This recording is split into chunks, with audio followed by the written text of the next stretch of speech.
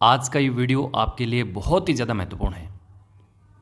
इसमें आपके जितने भी तमाम सवाल हैं, चाहे वो रीट पात्रता को लेकर हो, आगामी नई थर्ड ग्रेड भर्ती को लेकर हो, चाहे परीक्षा के पैटर्न को लेकर हो, योग्यता को लेकर हो, सारे तमाम सवाल एक फैक्ट के रूप में ऑथेंटिक डाटा के साथ डिस्कस करेंगे। और मुझे लगता है इस वीडियो को देखने के बाद आप पूरे यूट्यूब पे कहीं भी सर्च मार के देख लेना, ऐसा वीडियो आपको नहीं मिलेगा और आपको इतनी ऑथेंटिक डेटा के साथ जानकारी आपको नहीं मिलेगी।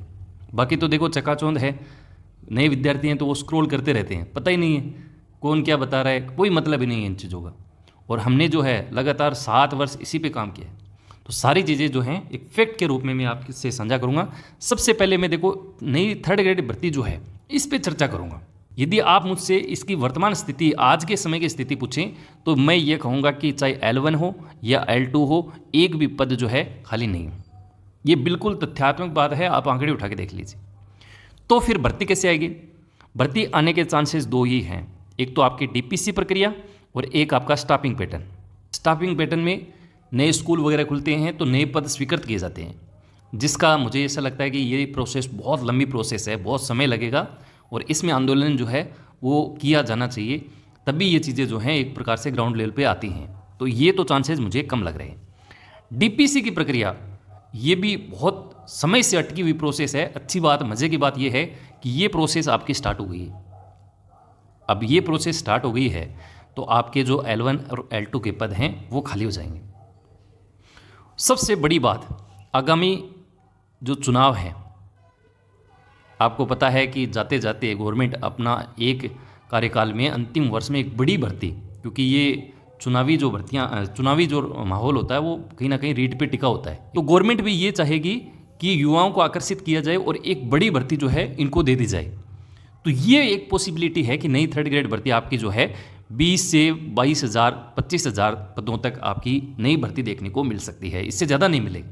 अब वो ज़माना गया कि 50,000 53,000 के पद जो है वो आ जाएं, क्योंकि पोस्टें ही भरी जा रही हैं। और आगामी जो आप समय देखेंगे तो बिल्कुल ये संविदा वाला वो सिस्टम लागू हो रहा है, तो नए पद जो हैं आपके 25,000 के आसपास जो है नई थर्ड ग्रेड भर्ती जो है वो आने की संभावना है। ये बिल्कुल फैक्ट बात है, तथ्यात्मक बात है। आप मुझसे 4 महीने बाद भी बात पूछेंगे तो मैं आपसे यही बोलूँगा। दूसरी बात, इससे पहले आपके रीट पात्रता एग्ज़ाम होगी, ये बिल्कुल श्योरिटी है। पात्रता का एग्ज़ाम तो बिल्कुल, वैसे तो ये हर साल होना चाहिए, लेकिन सिस्टम की वजह से हो नहीं पाता है। तो थर्ड ग्रेड भर्ती से पहले आपका रीट पात्रता का एग्ज़ाम होगा और 4 से 5 महीने जो है इस पात्रता के एग्ज़ाम में आपको एक प्रकार से बिजी रखेगी गवर्नमेंट। ये पात्रता का एग्ज़ाम आपके माध्यमिक शिक्षा बोर्ड कराता है और ये थर्ड ग्रेड भर्ती जो है ये कर्मचारी चयन बोर्ड कराता है। हालांकि अभी कुछ चेंजेस वगैरह चल रहे हैं, हो सकता है किसी और बोर्ड को जो है ये जिम्मा दे दिया जाए पात्रता वाला, तो वो आगे इन फ्यूचर की बातें हैं। अब देखो संभावना ये है कि ये पात्रता का एग्ज़ाम माध्यमिक शिक्षा बोर्ड यदि करवाएगा, तो अभी जैसे बोर्ड की स्कूलों वगैरह एग्ज़ाम वगैरह हो गए हैं, छुट्टियां हो गई हैं, और जैसे ही नया सेशन स्टार्ट होगा, मुझे लगता है कि ये जुलाई से लेके, एग्ज़िट डेटा बताना बहुत मुश्किल है, जुलाई से लेके सितंबर अक्टूबर तक जो है इसका नोटिफिकेशन देखने को मिल सकता है। अब अगस्त हो सकता है, सितंबर हो सकता है, अक्टूबर हो सकता है, इससे ज़्यादा मुझे लगता है होगा नहीं। पॉसिबिलिटी ये है यहाँ तक जो है आपका रीट पात्रता का जो है नोटिफिकेशन देखने को मिल जाए। और नई थर्ड ग्रेड आप बात कर रहे हैं तो ये जो भर्ती है वो 2027 के, ये मान के चलिए, मुझे ऐसा लग रहा है कि मार्च अप्रैल के आसपास जो है ये नई भर्ती देखने को मिलेगी। हो सकता है इसमें और थोड़ा सा डिले हो जाए, क्योंकि देखिए सरकार जो है वो एक ही बड़ी भर्ती जो है अंतिम समय में करवाएगी। तो ये तय है कि 2027 में आपको एक नई थर्ड ग्रेड भर्ती जो है देखने को मिलेगी। सीधा आगे चलते हैं परीक्षा पैटर्न को लेकर।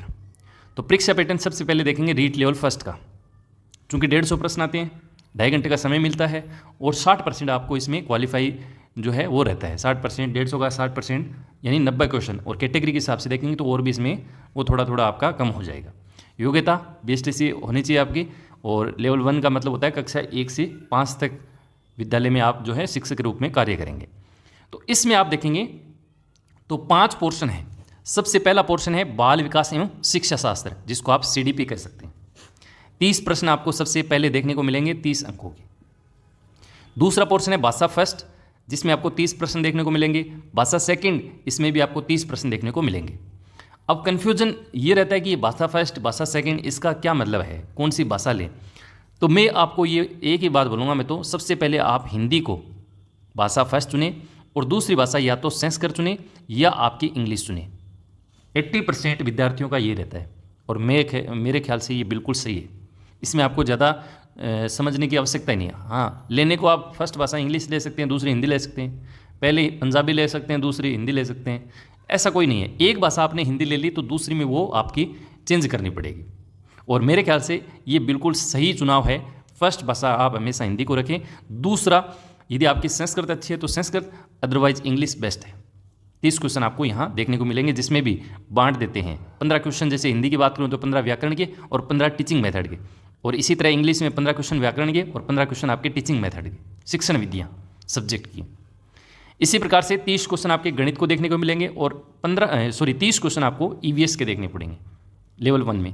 तो ये 150 क्वेश्चन आएंगे आपके, 2.5 घंटे का समय मिलेगा और आराम से बढ़िया पेपर आता है। 5-7 प्रीवियस ईयर के पेपर आप जरूर देख के थोड़ा सा अंदाज़ा जो है, 5-7 देखने की जरूरत नहीं है, 2-3 पेपर उठा लो, वो देख लो और एक आपको अंदाज़ा लग जाएगा। और ज़्यादा मुश्किल भरा जो है पात्रता का एग्ज़ाम जो है वो आता नहीं है। L2 की मैं चर्चा करूँ तो L2 में देखिए योग्यता बीएड है, कक्षा 6 से 8। तो इसमें भी देखो 5 पोर्शन है। पहला पोर्शन सेम है CDP, 30 क्वेश्चन आएंगे 30 नंबर के। थोड़ा सा पेपर का लेवल जो है डिफिकल्ट रहेगा लेवल 2 में।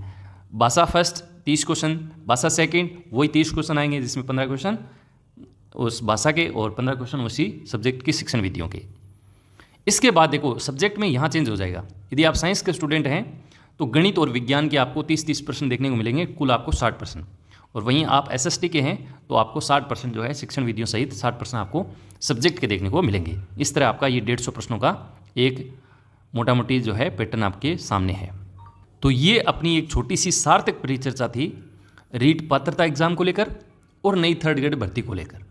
अब देखिए एग्जिट डेटा जो है, मैं ये कह दूं कि 3rd ग्रेड भर्ती जुलाई 2027 में एग्जिट जो है आपका नोटिफिकेशन आ जाएगा, तो ये बहुत गलत बात होगी। हम संभावनाएं जो है व्यक्त कर सकते हैं। हाँ, ये तयशुदा बात है, एक बड़ी भर्ती के संकेत मिल रहे हैं। नई 3rd ग्रेड की तैयारी आप कर रहे हैं तो ऐसा तो है नहीं कि 4 से 5 महीने में बहुत कुछ हो जाएगा। आपको एक लंबा जो प्रयास है, मैं तो ये कहूँगा कि रीट पात्रता ही क्लियर नहीं है तो आप अच्छे से रीट पात्रता की पहले तैयारी करें और उसका 60% डेटा जो है वो आपको 3rd ग्रेड में काम आ जाएगा। हाँ, इतना है कि रीट पात्रता में आप जो भाषा पढ़ रहे हैं इस पे आपको ज़्यादा जो समय है वो आपको नहीं देना है, क्योंकि ये आपके मेंस एग्ज़ाम में काम नहीं आएंगी। तो आज के इस वीडियो में इतना ही। एक अंतिम सूचना भी आप ज़रूर सुने। इस बार जो है हमने रीट पात्रता हो चाहे नई 3rd ग्रेड भर्ती हो, एक विशेष एग्ज़ाम ओरिएंटेड कंटेंट तैयार करने का एक हमने प्रयास कर रहे हैं और ऊपर वाले का साथ रहा तो आपके लिए ये बहुत अच्छा कारगर साबित होगा। आप कम समय में बेहतर कर पाएंगे।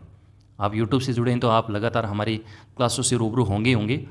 तो उद्देश्य ये रहेगा कि कम से कम समय में आपका बेहतरीन प्रयास के साथ जो है ये एग्ज़ाम जो है आराम से निकल जाए और चाहे पात्रता हो कम समय में आप बेहतर कर पाएँ। तो इसके लिए हम प्लान कर रहे हैं, आपका साथ और सपोर्ट रहा तो उसमें अपन बहुत अच्छा करेंगे। अब आपके कोई सवाल हैं तो आप कमेंट जरूर कर देना, मैं कोशिश करूँगा आपके कमेंट के रिप्लाई देने का। धन्यवाद। जय हिंद, जय भारत।